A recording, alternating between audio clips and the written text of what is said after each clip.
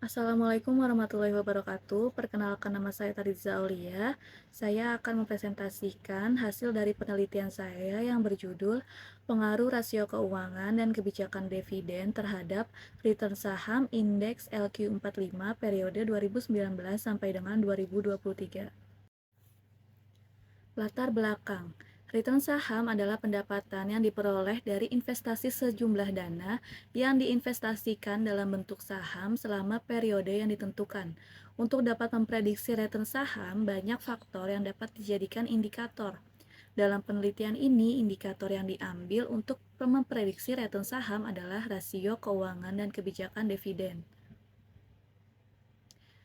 Rumusan masalah yang diambil dari penelitian ini, yang pertama, apakah return on equity ratio berpengaruh terhadap return saham? Yang kedua, apakah current ratio berpengaruh terhadap return saham? Yang ketiga, apakah debt to equity ratio berpengaruh terhadap return saham? Yang keempat, apakah price earning ratio berpengaruh terhadap return saham? Yang kelima, apakah kebijakan dividen berpengaruh terhadap return saham? Tujuan dari penelitian ini yang pertama adalah untuk mengetahui dan memperoleh bukti empiris mengenai pengaruh return on equity terhadap return saham. Yang kedua, untuk mengetahui dan memperoleh bukti empiris mengenai pengaruh current ratio terhadap return saham. Yang ketiga adalah untuk mengetahui dan memperoleh bukti empiris mengenai pengaruh debt to equity ratio terhadap return saham. Yang keempat adalah untuk mengetahui dan memperoleh bukti empiris mengenai pengaruh price earning ratio terhadap return saham. Yang kelima, untuk mengetahui dan memperoleh bukti empiris mengenai pengaruh kebijakan dividen terhadap return saham. Manfaat dari penelitian ini yang pertama bagi penulis, penelitian ini memberikan manfaat bagi penulis untuk lebih memahami pasar saham dan analisis laporan keuangan perusahaan. Yang kedua, bagi investor, penelitian ini diharapkan dapat menambah pengetahuan bagi investor sebagai bahan pertimbangan dalam melakukan analisis terhadap return saham serta sebagai bahan pertimbangan investor dalam menetapkan saham yang tepat. Dan yang ketiga, bagi akademisi, penelitian ini diharapkan dapat menambah literatur mengenai faktor yang mempengaruhi return saham. Ruang lingkup penelitian.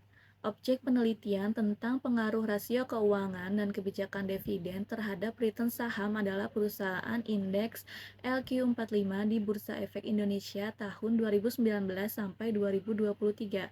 Penelitian ini dilakukan pada perusahaan indeks LQ45 karena perusahaan yang ada di indeks LQ45 dipilih berdasarkan pertimbangan likuiditas tertinggi dan kapitalisasi pasar dan kondisi fundamental, hingga prospek pertumbuhan perusahaan ke depannya. Dengan kata lain, indeks LQ45 mencerminkan kinerja saham dari perusahaan-perusahaan besar dan liquid di pasar modal Indonesia. Bab 2, landasan teori. Rasio keuangan merupakan petunjuk yang menuntun manajemen sebuah perusahaan menetapkan berbagai target serta standar. Menurut Sartojo 2008 dalam Muhammad 2021, kebijakan dividen adalah sebuah keputusan yang disepakati untuk menentukan apakah pendapatan yang diperoleh perusahaan akan disertakan pada shareholders dalam bentuk dividen atau akan ditahan dalam bentuk laba ditahan untuk melakukan investasi di masa datang. Penelitian terdahulu.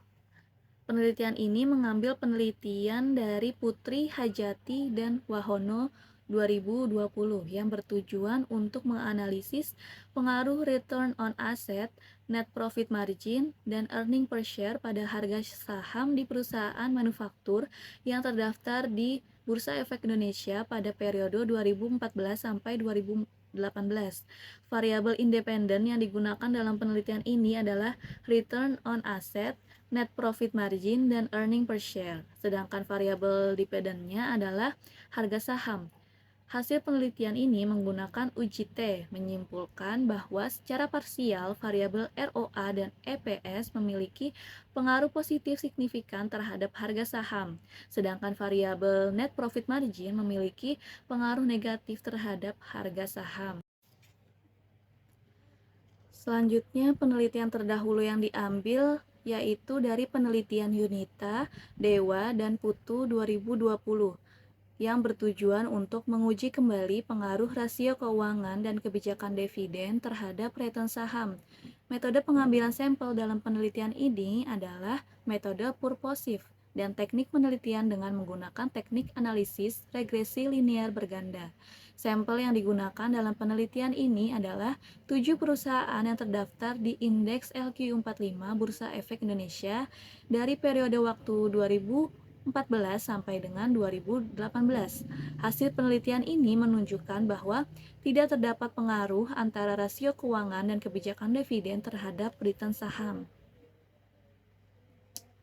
Bab 3 metode penelitian. Yang pertama, desain penelitian. Penelitian ini menggunakan pendekatan kuantitatif berdasarkan informasi statistik.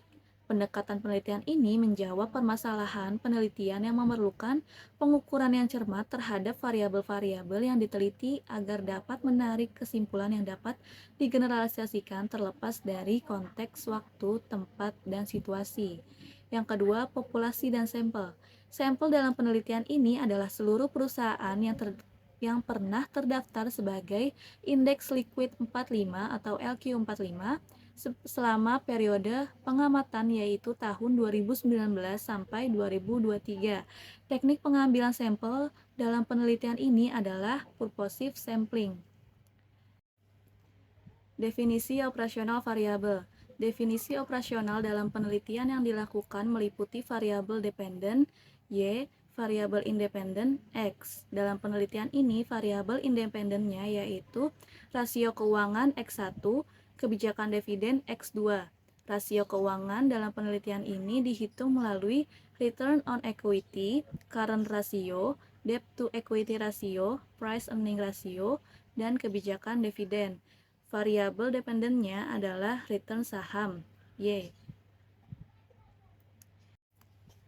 Teknik pengumpulan data. Teknik pengumpulan data dalam penelitian ini adalah mengambil data sekunder yang diperoleh dari laporan tahunan perusahaan yang diambil dari Bursa Efek Indonesia selama periode 2019 sampai 2023. Metode yang digunakan dalam penelitian ini dengan menggunakan metode dokumentasi, yaitu dengan melakukan pencatatan atau pengumpulan catatan-catatan dan mengkaji data sekunder.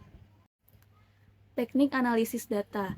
Teknik analisis data dalam menganalisis pengaruh rasio keuangan dan kebijakan dividen terhadap retur saham indeks LQ45 periode 2019 sampai 2023 adalah dengan menggunakan analisis regresi linear berganda untuk mengetahui besarnya pengaruh tiap-tiap variabel. Bentuk umum persamaan regresi linear berganda menurut Sugiono 2023 dalam NILUH 2020 dirumuskan dengan persamaan RS sama dengan alfa ditambah B1 ROE ditambah B2 CR ditambah B3 DER ditambah B4 PER ditambah B5 KD ditambah E. RS di sini adalah retur saham, A itu adalah konstanta, B adalah beta, ROE return on equity, CR adalah current ratio, DER adalah debt to equity ratio, dan PER adalah price earning ratio.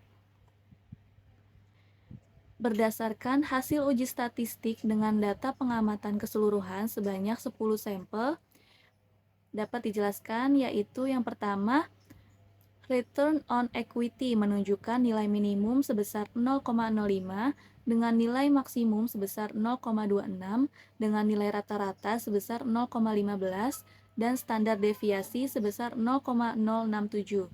Yang kedua, current ratio menunjukkan nilai minimum sebesar 0,87 dan nilai maksimum sebesar 3,68 dengan nilai rata-rata sebesar 1,76 dan standar deviasi sebesar 0,817. Yang ketiga, debt to equity ratio menunjukkan nilai minimum sebesar 0,01 dan nilai maksimum sebesar 1,04 dengan nilai rata-rata sebesar 0,364 dan standar deviasi 0,379. Variabel price earning ratio menunjukkan nilai minimum sebesar 4,92 dan nilai maksimum sebesar 24,0 48 dengan nilai rata-rata sebesar 12,519 dengan standar deviasi 6,897. Yang kelima, kebijakan dividen menunjukkan nilai minimum sebesar 50 dan nilai maksimum sebesar 1.200 dengan nilai rata-rata sebesar 339,85 dengan standar deviasi 332,54. Yang keenam, return saham menunjukkan nilai minimum sebesar minus 0,76 dan nilai maksimum sebesar 0,66 dengan nilai rata-rata sebesar minus 0,69 dan standar deviasi 0,412. Analisis linear berganda dapat dituliskan persamaannya sebagai berikut. Return saham sama dengan min 0,219 ditambah 0,439 ROE ditambah 0,63 CR dikurang 0,484 DER ditambah 0,031 PER dikurang 0,001 KD. Interpretasi persamaan regresi. Yang pertama, nilai konstanta sebesar minus 0,219 menunjukkan bahwa jika semua variabel bebas konstan pada angka 0, maka return saham perusahaan turun sebesar 0,219. Yang kedua, nilai koefisiensi regresi untuk variabel return on equity sebesar 0,439 dengan nilai signifikansi 0,728 lebih besar dari 0,05 memiliki arti jika ROE tidak berpengaruh terhadap return saham. Yang ketiga, nilai koefisiensi regresi untuk variabel current ratio sebesar 0,63 dengan nilai signifikansi 0,647 lebih besar dari 0,05 memiliki arti jika current ratio tidak berpengaruh terhadap return saham. Yang keempat, nilai koefisiensi regresi untuk variabel debt to equity ratio sebesar minus 0,484 dengan nilai signifikan 0,104 lebih besar dari 0,05. Memiliki arti jika debt to equity ratio tidak berpengaruh terhadap return saham. Yang kelima, nilai koefisien regresi untuk variabel price earning ratio sebesar 0,031 dengan nilai signifikan 0,085 lebih besar dari 0,05 memiliki arti jika price earning ratio tidak berpengaruh terhadap return saham. Dan yang keenam, nilai koefisien regresi untuk variabel kebijakan dividen sebesar min 0,001 dengan nilai signifikan 0,046 lebih kecil dari 0,05 memiliki arti jika kebijakan dividen berpengaruh terhadap return saham. Maka kesimpulan yang dapat diambil dari penelitian ini yaitu berdasarkan hasil analisis dan pembahasan seperti yang telah dijelaskan di bab sebelumnya, maka kesimpulan dari penelitian ini adalah rasio keuangan yang terdiri dari return on equity, current ratio, debt to equity ratio, dan price earning ratio tidak berpengaruh terhadap return saham, sedangkan kebijakan dividen berpengaruh terhadap return saham. Hal ini dapat dibuktikan dengan hasil analisis statistik untuk variabel kebijakan dividen. Diketahui bahwa nilai koefisien regresi sebesar minus 0,001. Hasil statistik untuk variabel kebijakan dividen diperoleh nilai signifikansi 0,046 lebih kecil dari tingkat taraf signifikansi kesalahan koefisien sama dengan 0,05. Maka dapat disimpulkan bahwa kebijakan dividen berpengaruh positif dan signifikan terhadap return saham. Selanjutnya, saran. Berdasarkan keterbatasan penelitian dalam penelitian ini, maka saran untuk penelitian selanjutnya adalah yang pertama, pada penelitian selanjutnya disarankan untuk menambah variabel lain yang dapat mempengaruhi return saham. Yang kedua, menambah jumlah sampel perusahaan yang lebih banyak. Dengan jumlah sampel perusahaan yang lebih banyak, mungkin akan memberikan hasil yang lebih baik dalam menilai return saham perusahaan. Sekian presentasi dari saya. Semoga dapat dipahami. Kurang lebihnya mohon maaf. Assalamualaikum warahmatullahi wabarakatuh.